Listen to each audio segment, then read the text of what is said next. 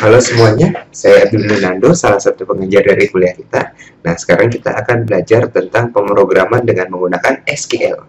Nah, kita akan belajar apa sih SQL itu, terus gunanya SQL apa untuk dipelajari gitu. Nah, sekarang kita akan belajar itu yuk, bareng-bareng. Nah, SQL merupakan singkatan dari Structured Query Language. Nah, bisa dibilang tuh SQL juga sebuah bahasa ya, bahasa. Bedanya bahasa pemrograman dengan bahasa query, kalau SQL ini merupakan bahasa query. Bahasa query itu bukan digunakan untuk membuat aplikasi, tapi untuk berinteraksi dengan sebuah aplikasi. Nah, dalam kasus ini, SQL merupakan bahasa yang terdapat di basis data yang untuk berkomunikasi dengan basis data. Bisa dibilang, oh kalau mau mengambil data dari basis data tuh formatnya begini. Oh kalau mau masukin data gini. Kalau mau menghilangkan data juga beda lagi formatnya. Nah, ini beberapa contoh basis data relasional yang sangat sering digunakan di dunia pekerjaan, dunia enterprise, ataupun dunia IT lainnya gitu. Nah, MySQL ini bisa dibilang banyak situs publik, situs-situs seperti blog menggunakan MySQL. Kalau Oracle itu kebanyakan korporat sistem-sistem enterprise yang menggunakan. Postgres juga mirip dengan SQL, banyak di aplikasi-aplikasi umum. SQL Server itu punyanya Microsoft. Sybase itu biasa digunakan di perbankan.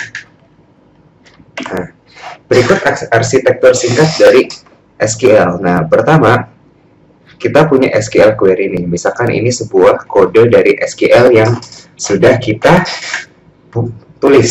Nah, dari kode tersebut akan dilanjutkan ke query language processor. Jadi, query-nya itu diproses, lalu dimasukkan ke parser sama optimizer. Nah, sebuah query tentu saja akan bisa dibilang dipisah-pisah terlebih dahulu. Oh, bagian ini untuk memasukkan data. Oh, bagian ini untuk menentukan data mana yang nah, selanjutnya dari situ, dari bahasa tersebut sudah ditranslasikan ke aksi-aksi yang harus dilakukan oleh basis data tersebut. Oleh karena itu, aksi-aksi itu dimasukkan ke database engine, mesin basis data, dan ada transaction manager yang digunakan untuk memastikan kalau suatu kumpulan aksi ini bisa dibilang independen dari aksi yang lain gitu, supaya tidak terjadi rancu ataupun saling tunggu-menunggu. Nah, DB engine inilah atau mesin basis data yang melakukan operasi